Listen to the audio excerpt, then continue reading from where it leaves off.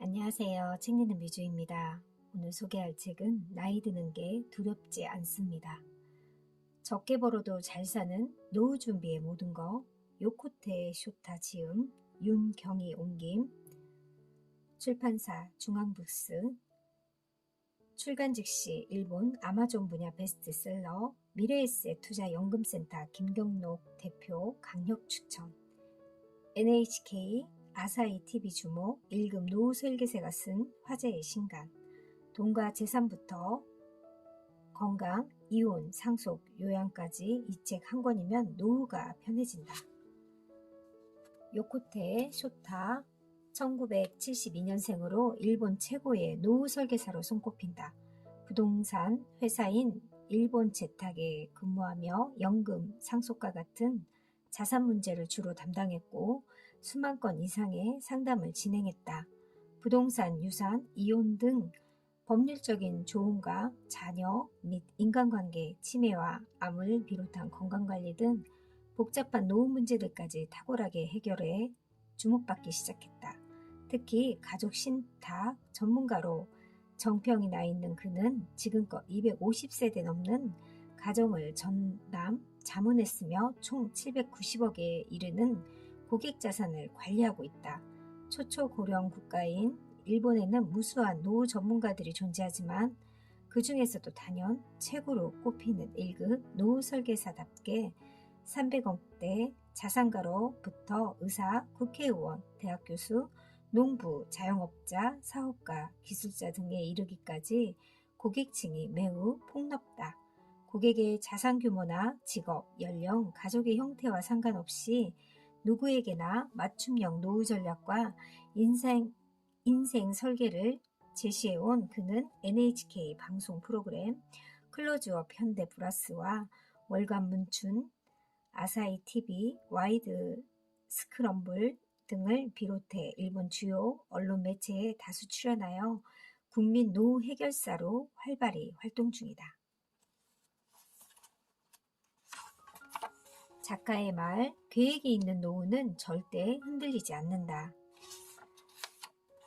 나는 부동산 회사에서 일하며 유산과 상속에 관한 상담을 꾸준히 해왔다. 지금까지 총 1000명 이상의 가정을 직접 상담했고 이들 중 250여 세대의 가족 자산을 전담, 자문해왔으며 총 79억 엔이 넘는 고객 신탁 재산을 관리하고 있다.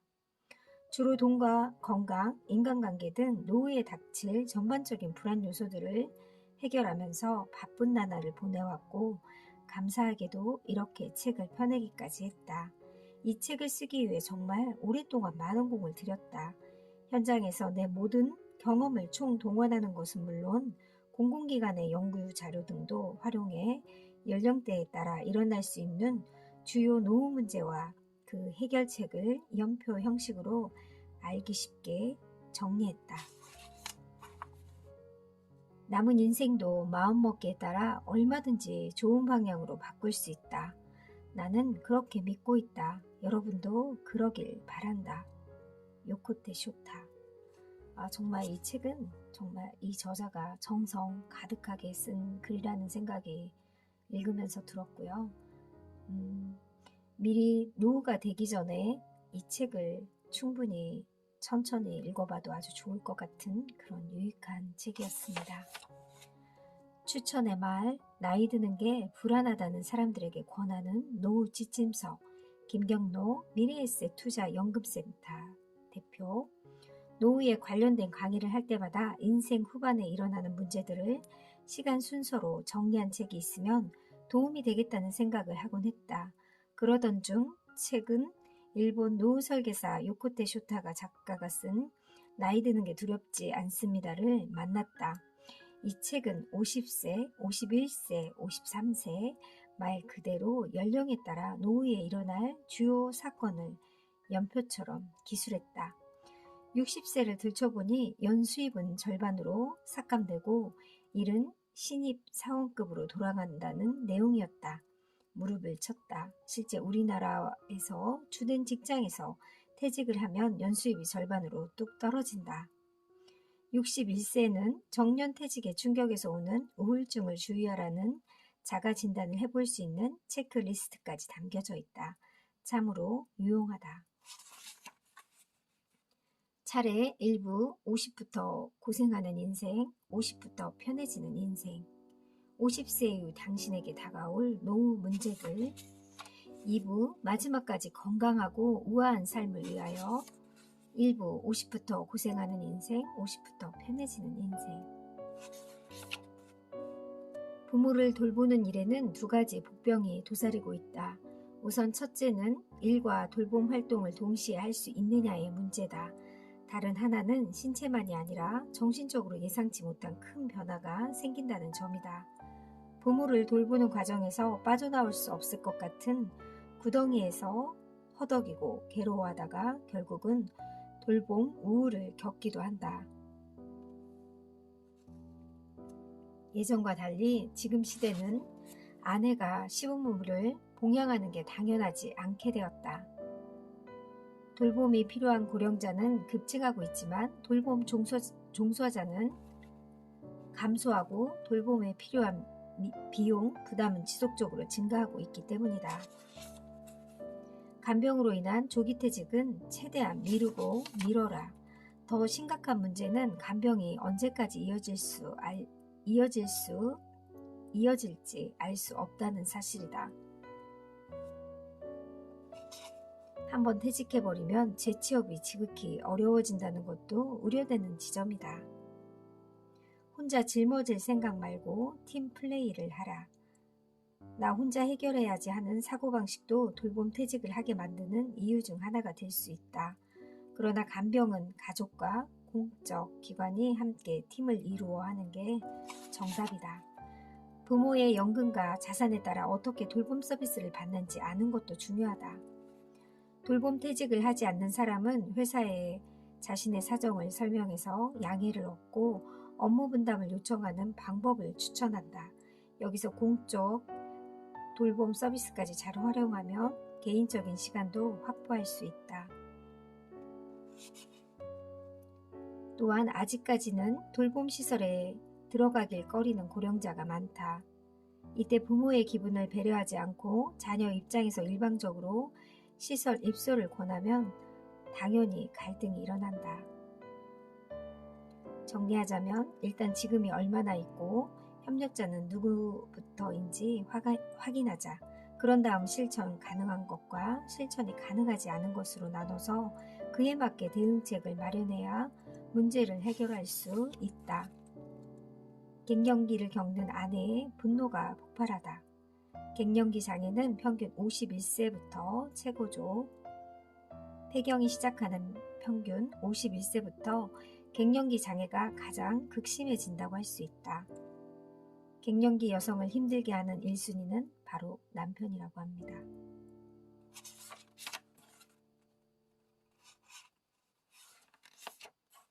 갱년기 장애를 방치하면 우울증이라는 새로운 병을 동반한 위험이 커지는데요. 이와 관련해 꼭 알아둬야 할 것이 바로 병원 선정이다. 진료과가 바뀌기 때문이다. 폭음 폭식을 피하고 일찍 자고 일찍 일어나는 등 규칙적인 생활을 해서 올바른 생활 습관으로 정착시키자.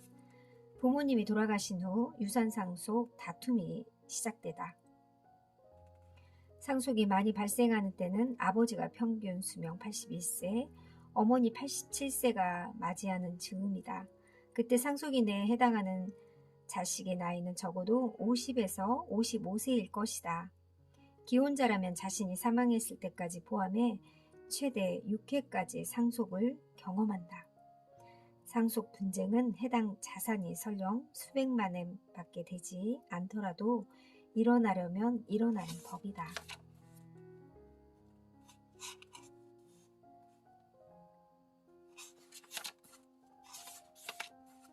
부모가 치매에 걸릴 확률이 높다면 더욱 주의해야 하는 이유. 유언의 유효성을 다툴 때 유언 무효 확인소 소송을 한다. 이 재판에서는 피상속인이 유언했을 당시에 판단 능력이 있었는가를 초점으로 다툰다.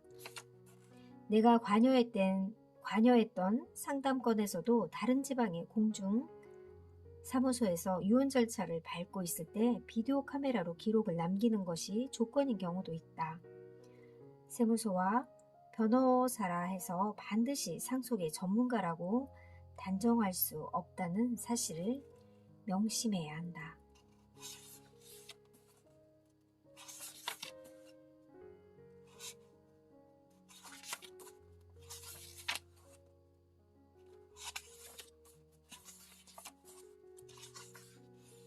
코로나 시국으로 인해 점점 더 고조되는 부부 갈등. 코로나19로 불안정한 사회적 분위기가 지속되면서 생활에 다음과 같은 변화가 일어난 가정이 많다. 1. 남편의 수입이 줄었다. 2. 재택근무로 둘 다 집에 있지만 남편은 가사와 자녀 교육에 참여하지 않는다.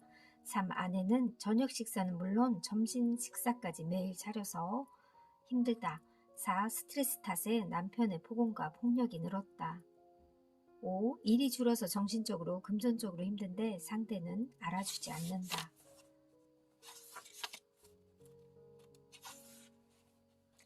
조기 은퇴, 취미가 없다면 제대로 즐길 수 없다. 여유로운 시간이 즐거운 이유는 그 중심에 일하는 시간이 있기 때문이다. 온통 여유 있는 시간뿐이라서 오히려 어떻게든 때워야 할 시간이 되면 진심으로 즐길 수 없게 된다. 정년 후에는 이것도 하고 싶고 저것도 하고 싶다라는 말하는 사람이 있는데 정년 후에 시작할 게 아니라 지금 이 순간부터 시작하자. 그러다 보면 자신이 진짜로 몰두할 수 있는 취미를 발견할 테고 그것이 바로 노후를 살아가는 양식이 되어줄 것이다. 확실히 정년 이전보다 60세가 지나면서 자유롭게 쓸 시간이 훨씬 많다. 정년 후에도 일하는 것에 긍정적으로 대응하고 적극적으로 활동하자. 60대 우울증은 알아차리기가 쉽지 않다. 노인성 우울증은 65세 이상에서 나타나며 노화가 결정적인 원인이 아니다. 만일 노화가 원인이라면 모든 65세에서 노인성 우울증이 나타날 텐데 실제를 보면 일부에서만 나타난다. 노후의 심리적 측면에 커다란 영향을 주는 변화를 꼽자고 하면 남성은 정년 퇴직이다. 주거 환경의 극적인 변화, 지금까지 관계를 맺고 살던 사람들과의 단절이 마음을 한층 불안정하게 만들기도 한다. 노인성 우울증이 위험한 가장 큰 이유는 발견이 어렵다는 점이다. 여성이 약 2배나 더 우울증에 걸리기 쉬운 이유, 남성보다 여성이 2배 더 우울증에 걸리기 쉽다. 특히 성실하고 문제 상황을 수용하는 유형일수록 우울증에 걸리기 쉽다. 전업주부도 앞선 고령자의 사례처럼 우울증 발병을 아래채기 어려운 상황에 놓여 있는 것이다. 우울증은 여성 혼자서는 해결하기 어렵기 때문에 남편 역시 아내의 문제에 관심을 가져야 한다.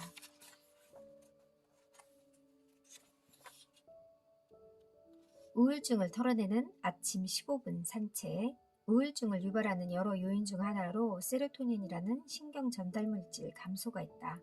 오전에 쏟아지는 태양빛을 받으며 산책을 하면 세로토닌이 분비된다. 매일 10km씩 조깅하지 않아도 된다.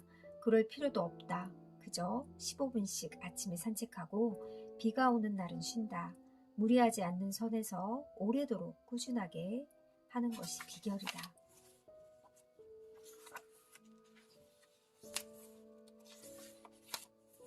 치매에 걸리면 의사 능력을 잃기 때문에 사전에 어떤 대책을 세워두지 않으면 정기 예금과 보험의 해약이 불가능하고 펀드는 환매할 수도 없게 된다.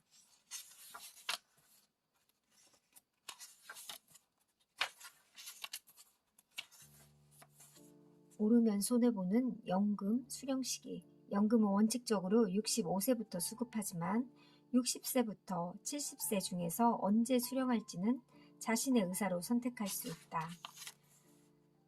수급 개시 시기를 한 달 연장할 때마다 연금액이 0.7% 증가한다. 최대 70세까지 연장하면 연금 수급액은 42%나 올라간다. 65세 개시로 연금 수급액이 20만 엔이라고 했을 때 70세 개시로 바꾸면 28.4만 엔으로 실제로 월 8만 엔 이상 더 받는 셈이다.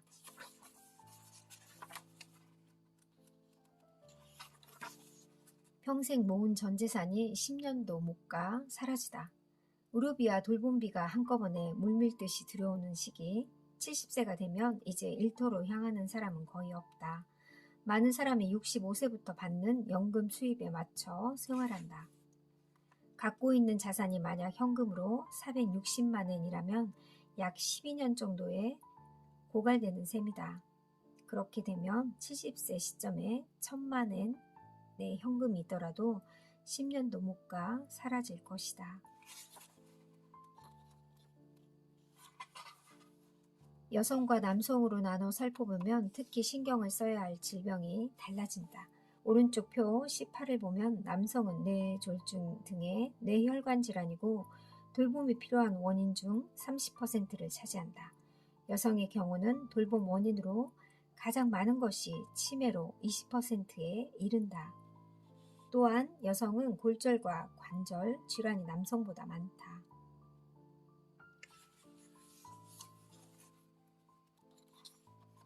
잠은 오래 자는 것보다 잘 자는 게 중요하다.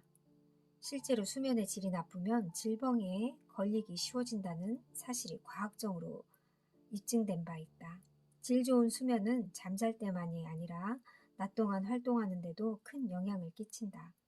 햇빛을 받고 적당한 운동을 하면 우리의 몸에서는 세로토닌이라는 호르몬이 분비된다. 일주일에 최소 횟수를 정해 간헐적 단식에 도전하자. 내가 권하는 것이 바로 간헐적 단식이다. 일주일에 횟수를 정해놓고 16시간의 단식을 실천하자. 단식이라고 해서 완전히 굶는 것은 아니고 단식을 하는 16시간 동안 요구르트나 군, 견과류 정도는 섭취가 가능하다.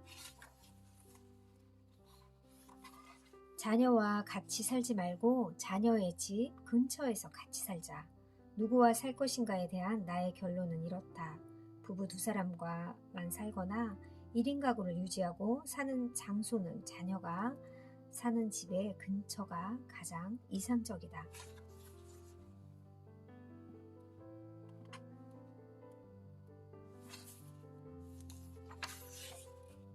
치매가 오기 전에 반드시 은행 계좌부터 확인하라.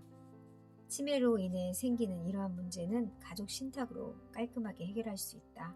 그렇지만 비용이 들기 때문에 가족 신탁이 가장 좋은 방법인지 어떤지는 가족 상황에 따라 다르다. 정기예금을 일단 해약해서 보통예금으로 갈아타두지 않으면 일절 사용할 수 없기 때문에 건강할 때 미리 보통예금으로 바꿔두기를 권한다. 알면서도 쉽게 당하는 보이스피싱과 부동산 사기, 노인들을 상대로 점점 진화하는 보이스피싱과 부동산 사기 수법. 땡땡 할머니 나야 나. 최근 진화로 된 보이스피싱은 실제 이름을 부르며 걸려온다.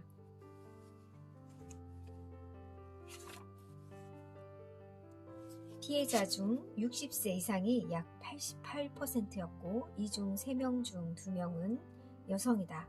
혼자 생활하고 있는 60세 이상의 여성은 더욱 주의를 요한다. 나는 당하지 않아 라는 완고한 생각이 가장 위험하다. 80세가 넘으면 뇌 이축에 의해 치매까지는 아니더라도 판단력이 떨어진다. 여기에 눈과 귀도 그 기능이 약해지기 때문에 전화로 들리는 목소리가 평소와 달라도 내 자식이라고 판단해버리는 일이 생기는 것이다. 자신의 뇌와 몸을 과신해서는 안 되는 이유다. 금융기관이라고 해서 쉽게 믿어서는 안 된다.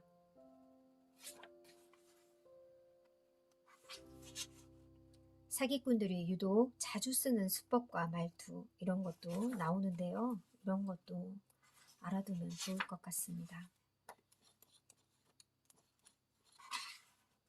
시설 입원 후 제대로 걷지 못하고 누워만 있다. 한번 시작한 연명 조치는 사망할 때까지 멈출 수 없다.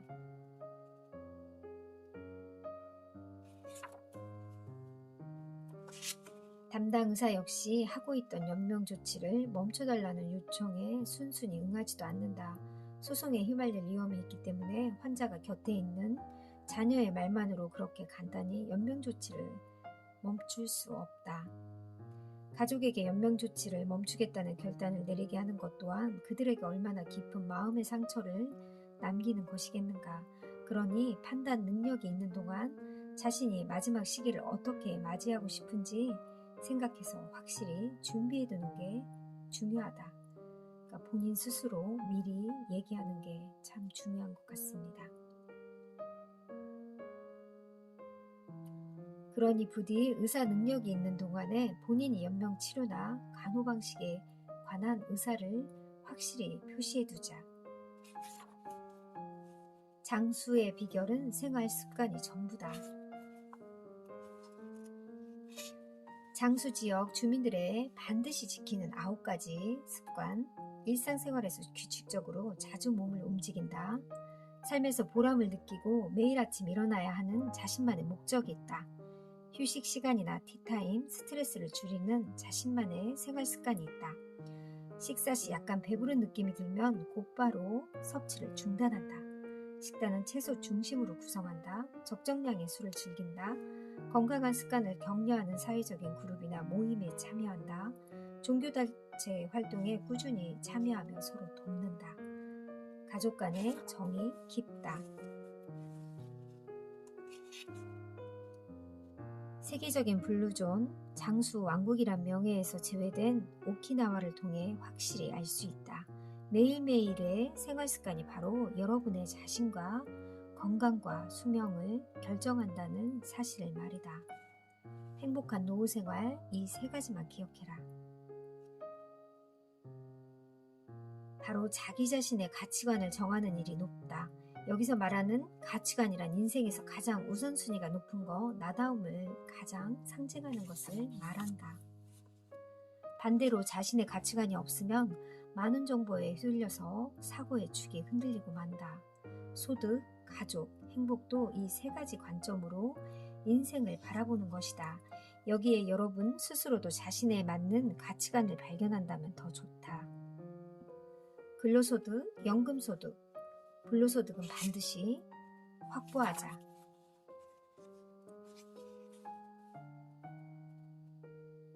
가족과의 소통 시 고려해야 할 우선순위. 가족과의 소통 시 주의할 점은 가장 먼저 자신이 심신이 안정된 상태여야 한다는 것이다. 배우자를 최우선으로 생각하는 부부 퍼스트가 좋다. 부모와 관계를 다시 재정비하려면 부모의 치매 대책 등 실질적인 장점도 챙길 수 있는 것이 바로 82세에 소개한 가족 신탁이다. 가족 간의 소통 결과 가족 신탁이란 절차를 밟지 않기로 했더라도 가족 간의 회의를 가졌던 것 자체로도 충분히 가치가 있다. 출세와 성공이 주는 행복은 딱 50세까지다. 행복도를 관장하는 호르몬의 세로토닌, 옥시토신, 도파민이 있다. 먼저 세로토닌이 분비되면 기분이 과도하게 들뜨거나 심하게 가라앉게 돼서 덜해지고 스트레스와 불안함이 줄어든다. 세로토닌 분비되지 않으면 이유 없이 불안하다. 아침에 일어나도 기분이 우울하다. 매사 초조하고 쫓기는 기분이 든다. 아무것도 하고 싶지 않다. 우울증 비슷한 증상이 나타날 위험이 높다. 자신의 페이스를 유지하며 삶의 균형을 지킨다는 것. 옥시토신은 타인과의 신체적 접촉, 즉 스킨십을 통해 분비되는 호르몬이다. 불안과 공포를 누그러들 뿐만 아니라 타인과의 친밀성을 높이는 데 효과가 있다. 3명이든 1명이든 서로 마음이 통하고 깊이 교류하면 옥시토신이 분비된다. 마지막으로 도파민을 설명하겠다. 도파민은 생명의 활력을 만들어서 우욕 호르몬이라고 불린다. 노후에 도파민을 분비하려는 목적은 전처럼 출세를 하거나 재산을 늘리는 데 있지 않다. 도파민의 도움을 받아 무기력에서 벗어나 의욕을 돋우고 작은 성공이라도 좋으니 완수하여 거기서 오는 행복감을 지속적으로 느끼는 데 목적을 둬야 한다. 앞서 말했듯이 산책만으로도 성취감을 느낄 수 있다. 어제와 달리 오늘은 생각보다 더 오래 걸었거나 우연히 길거리에서 아름다운 꽃을 발견하는 일처럼 대상은 어디에나 있다. 집에서 취미에 몰두해도 도파민은 나온다. 서예, 악기 연주, 그림이나 조각을 하는 등의 창작 활동은 뭐든지 좋다. 배움이나 성장을 실감하면서 삶의 활력을 조금이라도 되찾는 것, 그게 핵심이다. 노후에는 우선순위를 거꾸로 바꿔라.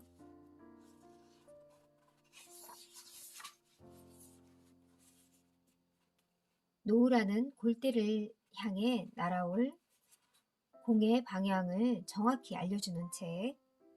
계획이 있는 노후는 절대 흔들리지 않습니다. 이 책을 읽으면 노후에 이렇게 보내면 참 좋겠다 하는 그런 방법들이 아주 상세하게 나와 있고요. 이 책은 소장해서 꼭 자기 걸로 만드는 그런 역할도 해주는 것 같아서 꼭 이 책은 소장해서 읽었으면 하는 그런 마음이 드는 책이었습니다. 감사합니다.